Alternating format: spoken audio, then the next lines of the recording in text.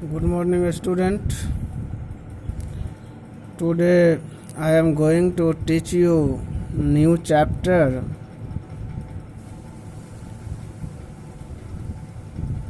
The name of chapter is Books of Original Entry.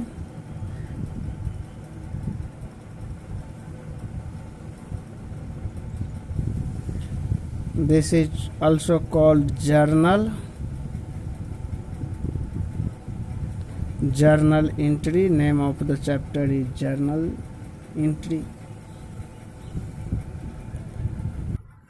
And this is my lecture number 14A.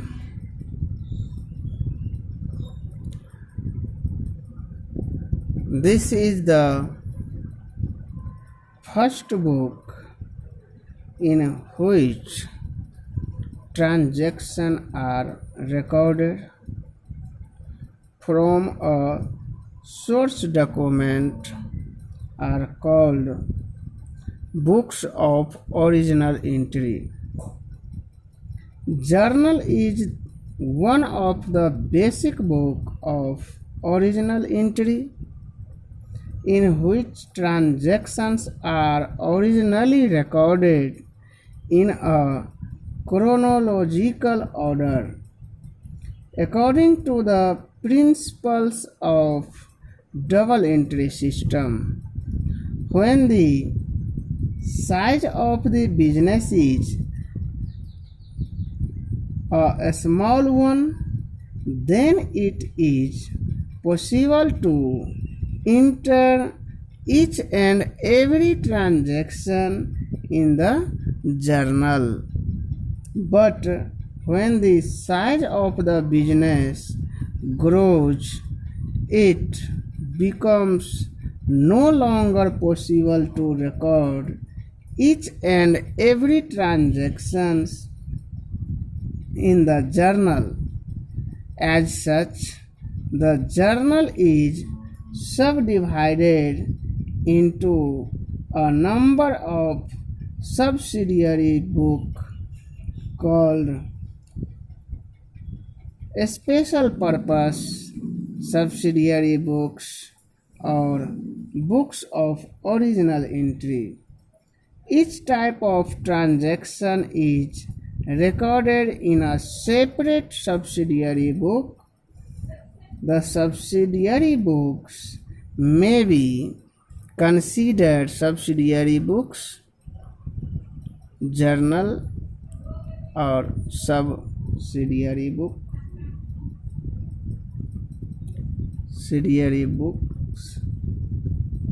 Subsidiary books may be divided as under: first, cash book; second, purchase book;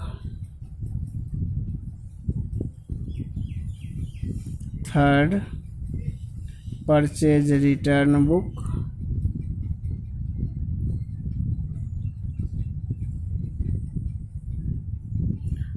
fourth, sales book;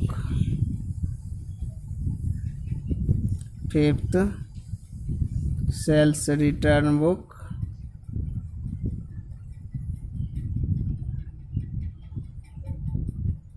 sixth,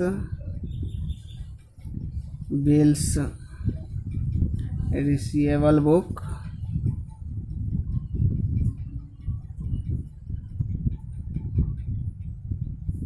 seventh, bills payable book;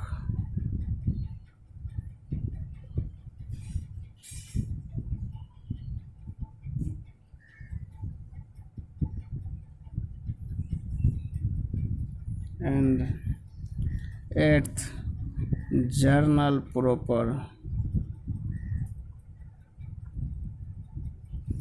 So these are the type of subsidiary book These books are termed as books of original entry because transactions are first of all recorded in these books. A businessman need not maintain all the above mentioned subsidiary book, but he may maintain any of the above books according to the needs and requirements of this business. In this chapter, only the journal has been discussed. Subsidiary books have been discussed in the subsequent chapters. Now I come on the point of journal. Student, journal is a book of original entry in which the transactions are recorded first of all as and when they take place. According to Professor Carter, the journal as originally used book of primary entry in which transactions are copied in order to date from a memorandum or waste book. The entries as they are copied are classified into debit and credits so as to facilitate their being correctly posted afterward in the ledger. Thus, journal is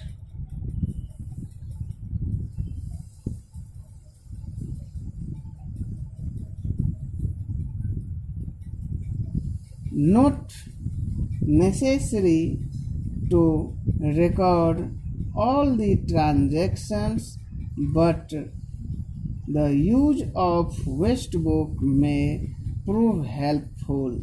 Later on, with the help of waste book, recording is made in journal.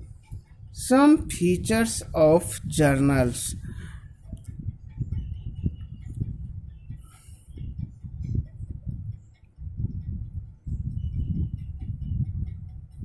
Features or characteristics of journal.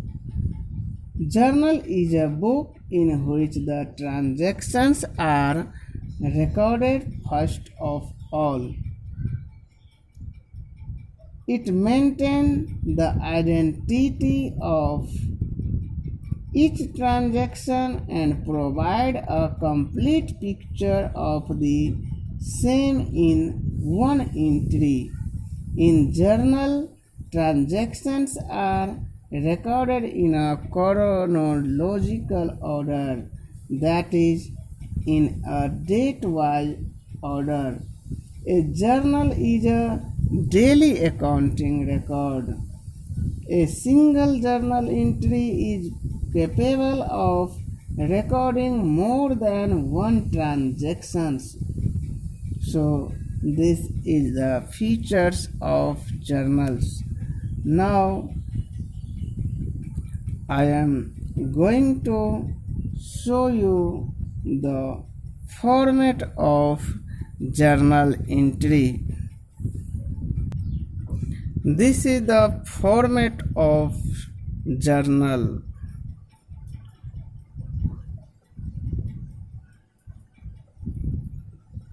First column is of date, second column is particular, third LF, fourth DR amount means debit amount, and fifth credit amount.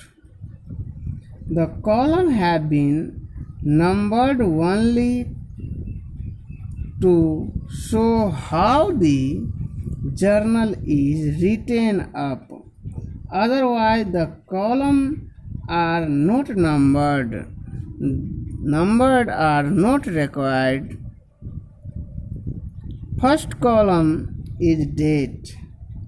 In the first column, the date of transaction is entered. The year and the month is written only once till they changes. The sequence of the date and months should be strictly mentioned in date column. Now particulars. Each transaction affects two accounts, out of which one account is debited and other account is credited. Thus, name of the account to be debited is written first. First, we will write debit amount, and in second, I will write credit amount. Debit means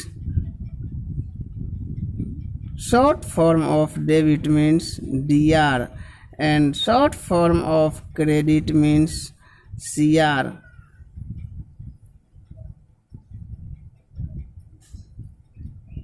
In the second line, the name of the account to be credited is written. The credit account starts with the word to. Start with the word to, a few spaces away from the margin in first line. Suppose this is first line and this is second line, then I have to margin in second line, margin to make it distinct from the debit account. A practice is now developing to omit the writing of the word DR and to from journal entry. Next will be narration.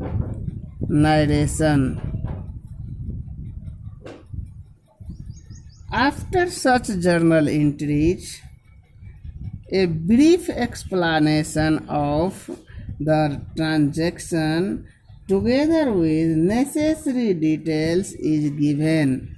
This explanation is called narration. The narration helps to know in future the reasons for the entry and also as to why a particular account is debited and credited. It is necessary to write narration after each entry and should be short, completed and clear. In third column, LF means ledger folio. Ledger folio.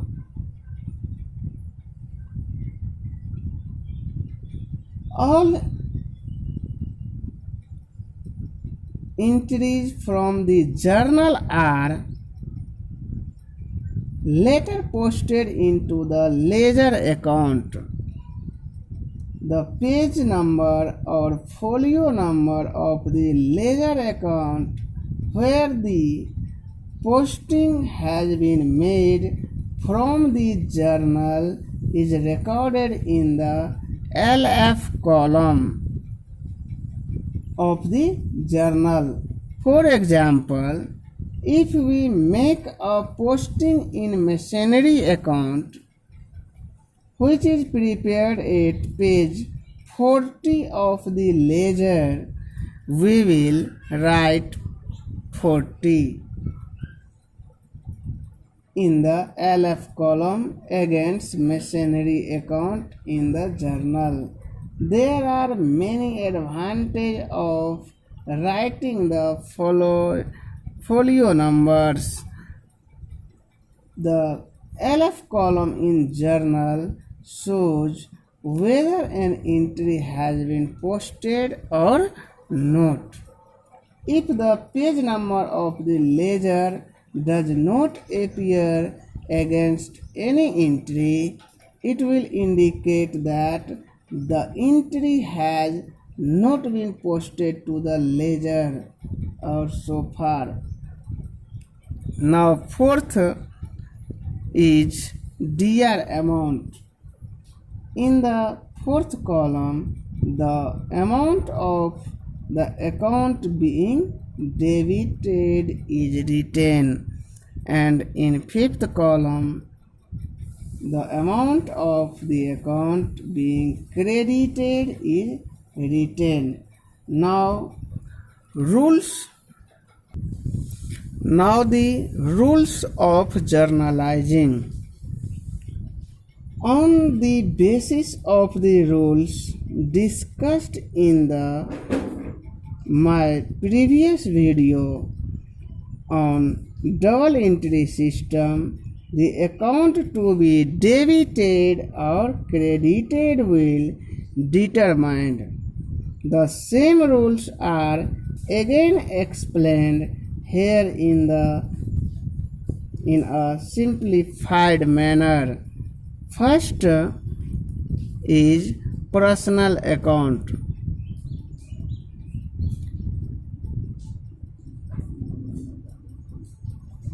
Personal account. According to this rule, debit the receiver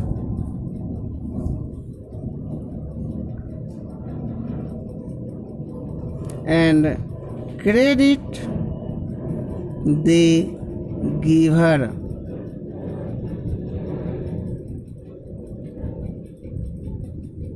Means the personal account of the person to whom we give some money or goods is debited. For example, if we gave rupees 20,000 to Gopal,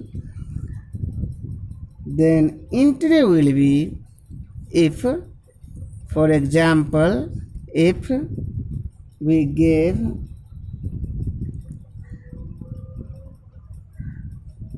rupees 20,000 given to Gopal,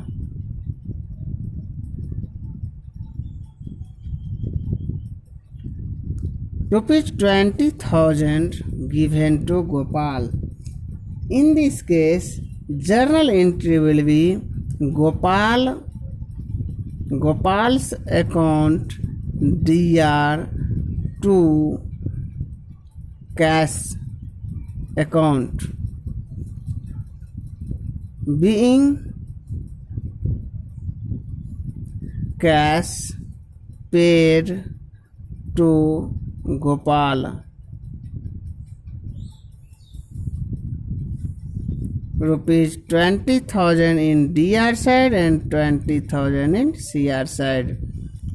In the same way, according to the rule of credit the giver, the personal account of person from whom we received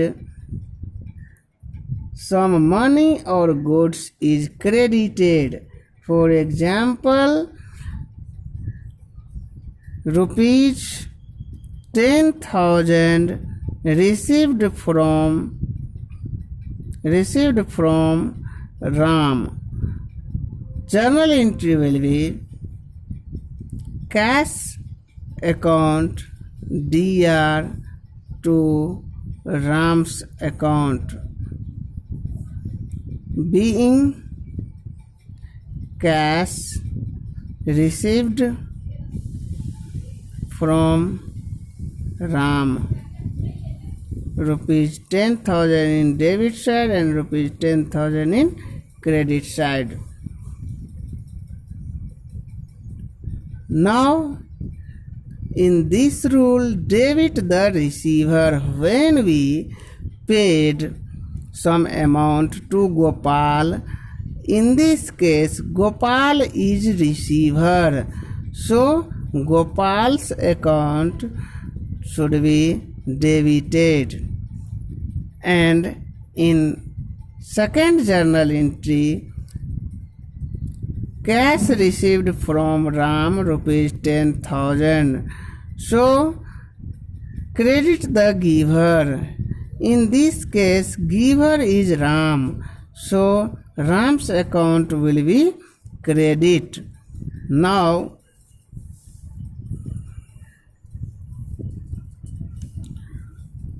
rules of real account. Real account. According to the rule of real account, debit what comes in, credit what goes out. This is the rule of real account. We can give the example. Debit what comes in. The item which is coming in my business, it should be debited, and the item, the assets which is going from my business, it will be credit. So for example, if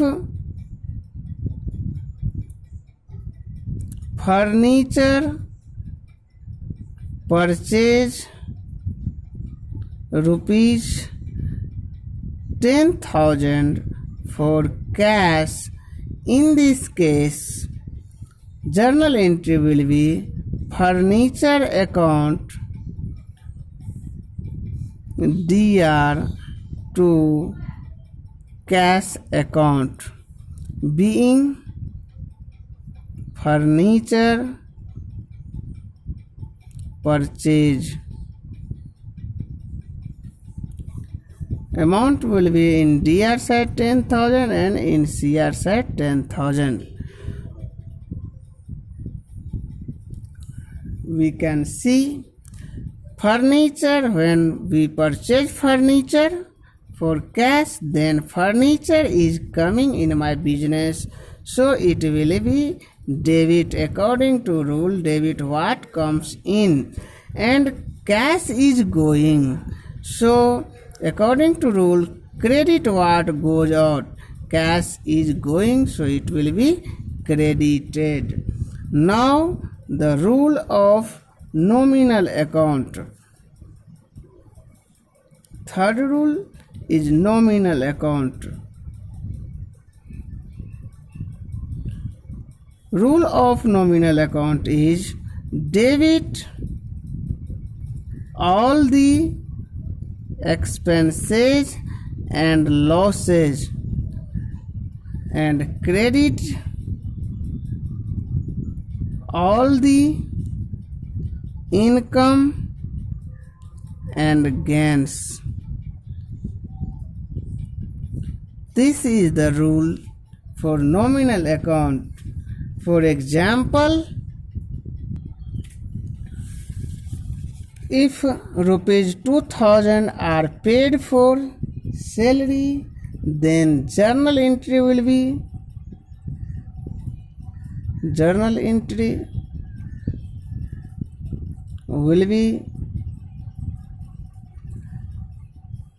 salary account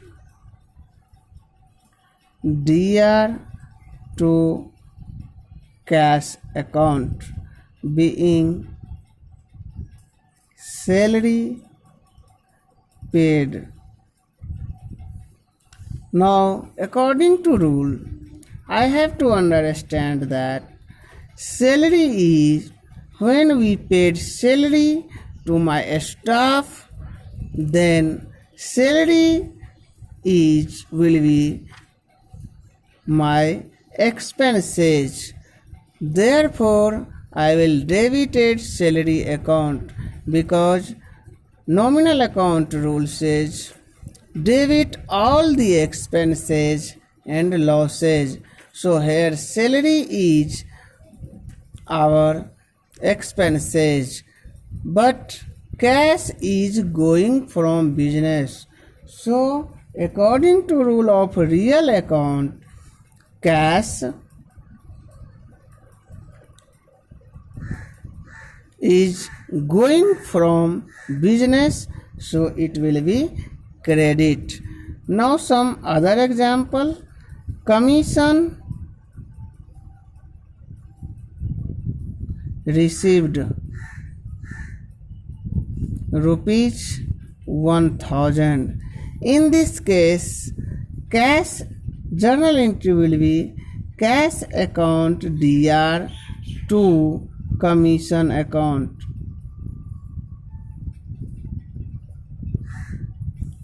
Being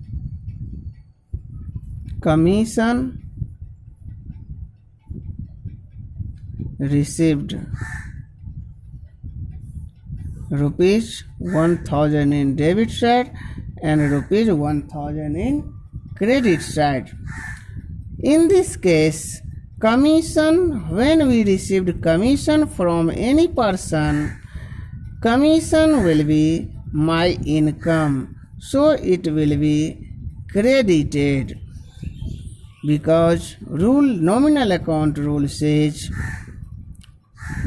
credit all the income and gains, and cash account is debited because cash is coming in my business. So according to real account rule says debit what comes in.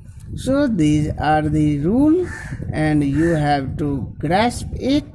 I will meet you with some new topic, only journal entry, and I will solve some other journal entry. Thank you very much.